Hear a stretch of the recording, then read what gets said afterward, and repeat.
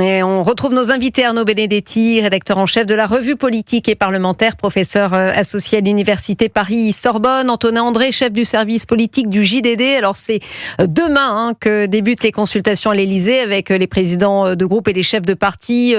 Je le rappelle, le but, dégager une majorité en vue de la formation d'un nouveau gouvernement. Alors il y a déjà eu un brief à l'Élysée, manifestement, ce matin. Le message est clair, il faut une majorité qui ne se fera pas renverser. On a envie de dire, c'est pas gagné cette affaire, Arnaud Benedetti. Il n'y a pas d'équation optimale, c'est le moins qu'on puisse dire. En fait, il y a 3, voire 4 solutions possibles, mais toutes sont extrêmement complexes. La première solution, c'est la solution que propose le nouveau Front populaire, mais jusqu'à preuve du contraire, l'arithmétique est claire. Oui. 193 ou 197 députés, ça fait même pas une majorité relative. Alors le président de la République peut être tenté finalement, pour purger cette affaire, de nommer Madame Casse-Tête. Après tout, pourquoi pas? Il pourrait le faire. Il paraît qu'il n'aurait pas le choix, d'après... Il le fera certainement pas. Deuxième solution, c'est l'hypothèse d'une combinaison entre ce que l'on appelle le bloc central et la droite républicaine. Mais là aussi, si vous voulez, il peut y avoir une articulation politique, mais arithmétiquement, ça reste insuffisant également. Certes, c'est un peu plus que ce que peut représenter le nouveau Front populaire, mais c'est insuffisant. Troisième hypothèse, c'est la grande coalition. Mais la grande coalition, aujourd'hui, à ce stade, il faut fracturer le nouveau Front populaire, et je ne vois pas, si vous voulez, une grande partie des députés socialistes... Vous ne le voyez pas, parce que c'est vrai qu'on en parlait, ça monte, les divisions quand même. Oui, des divisions, mais ça sera certainement insuffisant. Ils considèrent, la plupart d'entre eux, qu'ils n'ont pas reçu mandat, aujourd'hui, à l'heure où nous parlons, pour rentrer en voie de coalition avec le bloc central. Donc ça sera là aussi très complexe. Quatrième hypothèse, c'est le ministère technique, le gouvernement technique. Cette solution à l'italienne, mais le gouvernement technique, il sera soumis aux mêmes contraintes qu'un gouvernement politique. C'est-à-dire que, par exemple, il faudra qu'il fasse adopter son projet de loi de finances. Je rappelle quand même que là, il y a une urgence. Et un projet de loi de finances, c'est compliqué à bâtir. On est très en retard, il faut le rappeler. Bon, Gabriel Attal a fait ses propositions. Ça sera probablement cette solution qui sera choisie, le cas échéant. Non, mais aujourd'hui, si vous voulez, finalement, mis à part l'hypothèse de la grande coalition, toutes les autres hypothèses se heurtent à la possibilité, à tout moment, qu'un gouvernement soit renversé par une motion de censure. On est véritablement dans une situation tout à fait inédite sous la Ve République, ça a été dit et répété. Antonin André, comment vous le sentez? Écoutez, c'est difficile de jouer les oracles.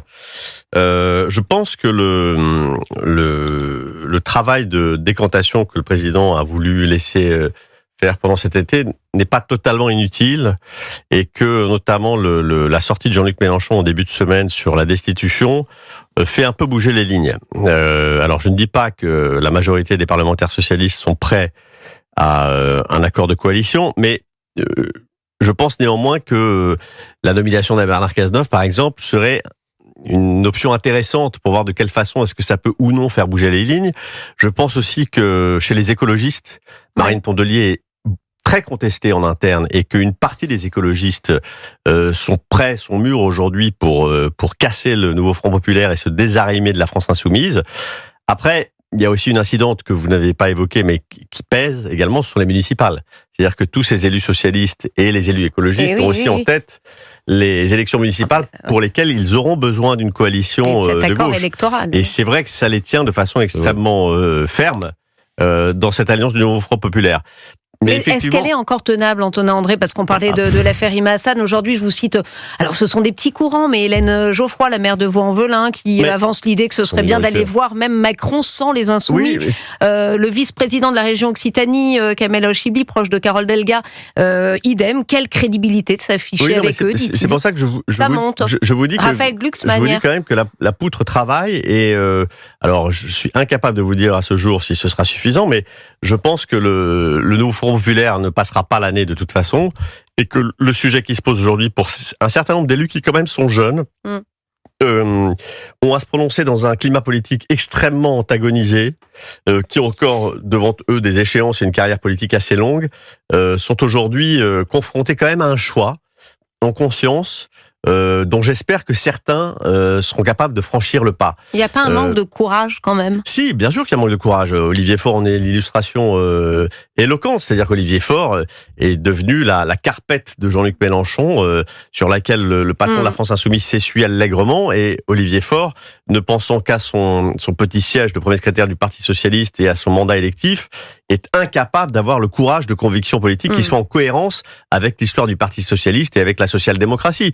Donc si la lâcheté est un mal coupable, en particulier chez les partis qui sont minoritaires. Donc j'espère que de ce point de vue-là, la clarification qu'il y aura aussi à Blois, aux journées parlementaires, sera intéressante à suivre.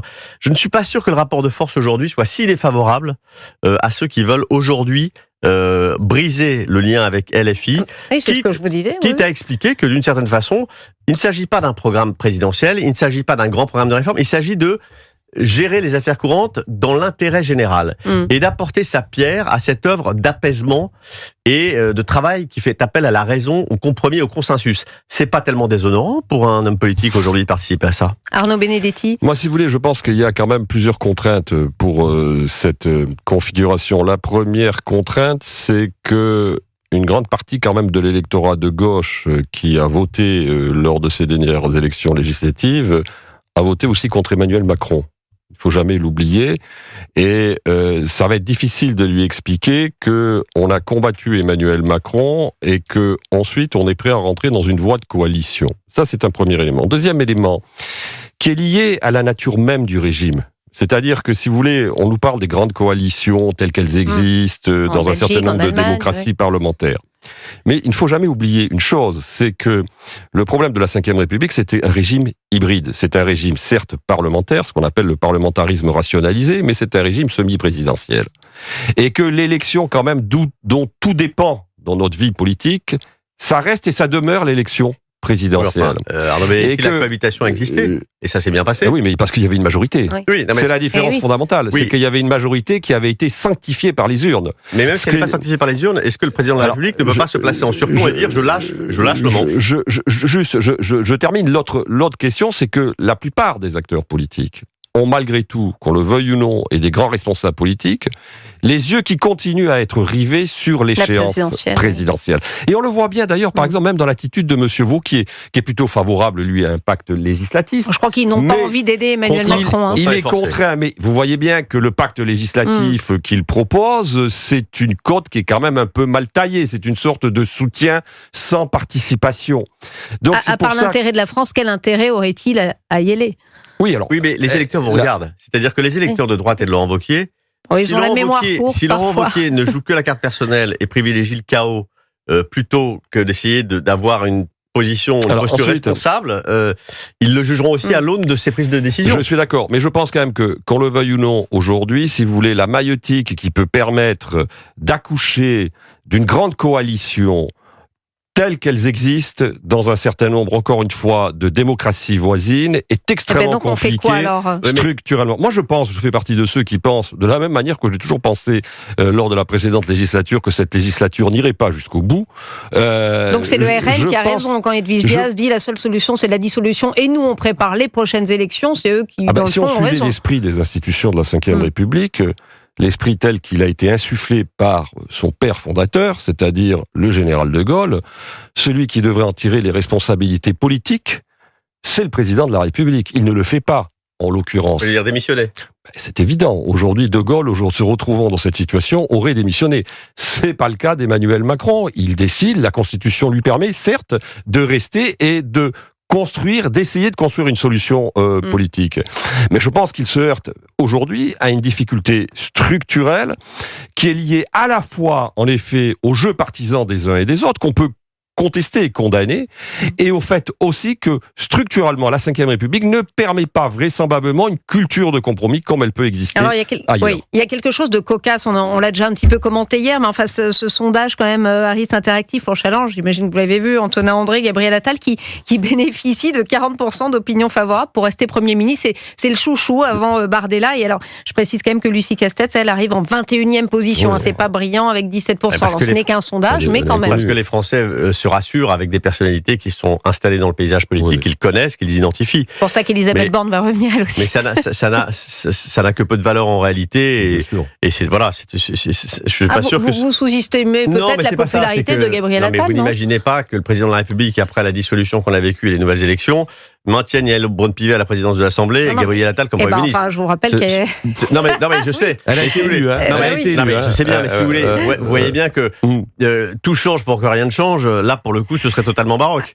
Mais pour revenir à ce que vous disiez, Arnaud Benedetti, je souscris moi le fait majoritaire qui structure la vie politique française et qui fait que de toute façon, on n'a pas cette culture effectivement du compromis, de la coalition. À ce détail près que quand on fait le comparatif avec l'Allemagne ou d'autres démocraties parlementaires où il y a des coalitions de gouvernement qui se forment, mais c'est avant les élections, et ce sont sur des programmes de législature. On est dans une situation qui est un peu différente. Et c'est pour ça que d'une certaine façon, moi j'en veux un peu aux politiques de ne pas être capables de comprendre que ça n'est pas une coalition de projets de long terme ou de législature. C'est un projet de coalition pour faire en sorte que on puisse se mettre d'accord sur quelques grands sujets qui préoccupent les Français. Ça n'est pas très engageant et peut-être qu'il serait crédité de vouloir faire passer cet intérêt général et cette gouvernance et cette stabilité, y compris dans la perspective d'échéances futures. Je regrette un peu le manque de courage et d'invention intellectuelle de notre classe politique.